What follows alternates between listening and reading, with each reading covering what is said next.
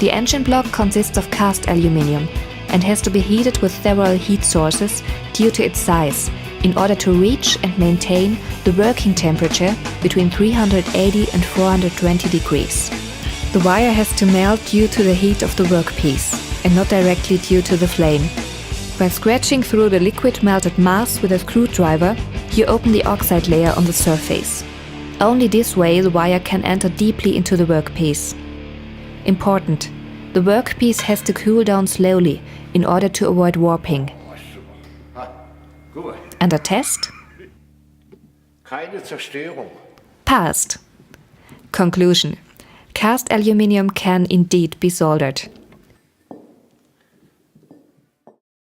Indestructible. More stable than aluminium itself.